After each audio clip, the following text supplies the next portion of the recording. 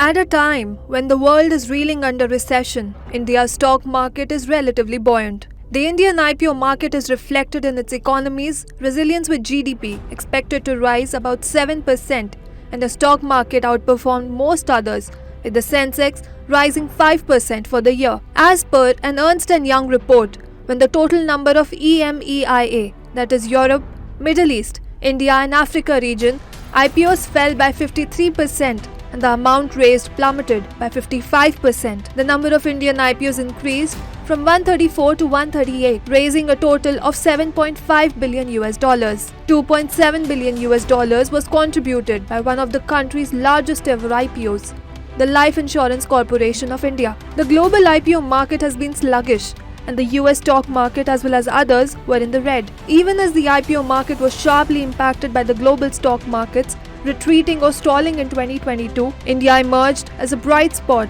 in the EMEIA, the worst performing IPO market in the US stock market, which sank to lows not seen since the peak of the Great Recession. It hit a 13-year low by volume and a 20-year low by value, as markets were affected by volatility and policies undertaken to combat inflation. Notably, during 8 years of the Narendra Modi government, the stock market has grown leaps and bounds. Sensex has risen from 24,700 points to 56,000 points, ascending around 125% in this period. Similarly, Nifty 50 went northward from near 7,200 points to 16,650 levels, appreciating to the tune of 130% in this period.